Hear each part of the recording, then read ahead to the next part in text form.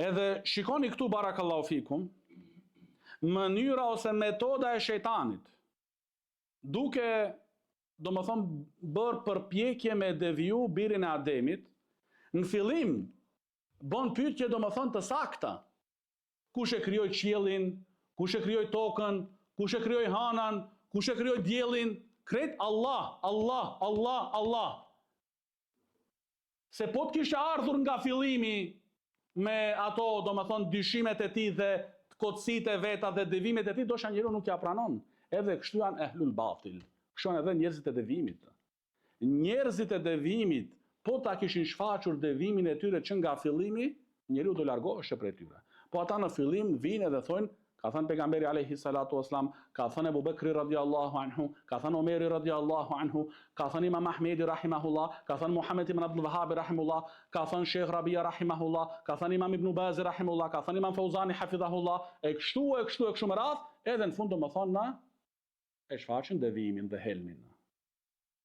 Sepse kjo është rrugë djallëzore, që gradualisht tenton shejtani me deviju robin.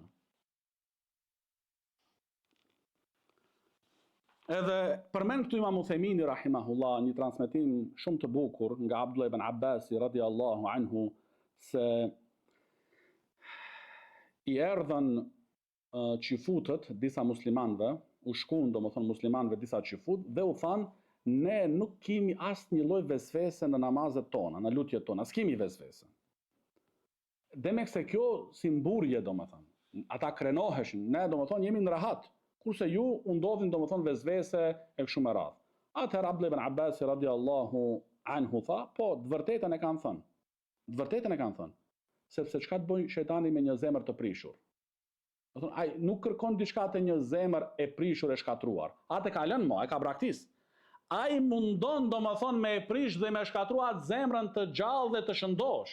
Aty ai tenton me fut vezvese, me fut dyshime e kështu me radhë. Kurse atë që ka shkatruar e ka lënë. Atë që ka shkatruar e ka braktisur. Edhe po ashtu përmend Imam Uthejmini rahimahullah një shpjegim shumë të bukur këtu dhe thot, prandaj themi, nëse në zemrën tënde shfaqen vezvese të tilla, dije se kjo është besim i qartë dhe se imani yt është i pastër. Po të mos ishte kështu, vezvesja nuk do të vinte fare. Mirë po, përdore ilaçin profetik, sepse njeriu që ndikohet nga ajo që hyn në trupin e tij prej mikropeve, kur njeriu ndikohet prej mikropeve që hyn në trupin e tij. Thot Imam Uthejmini rahimahullah, a tregon kjo për shëndetin e trupit apo për mungësinë e tij? Përkundrazi, tregon për shëndetin e tij, sepse nëse nuk do të ndikohej, kjo do të nënkuptonte se ai e ka humbur imunitetin. E kjo është smundja e vërtet. Po, kështu edhe kjo zemër, ajo nuk u ndikua nga kjo vesvese, veçse sepse është e shëndosh. Prandaj tani duhet të ta mjekojmë me mjekim, me udhëzime të pejgamberit sallallahu alaihi wasallam.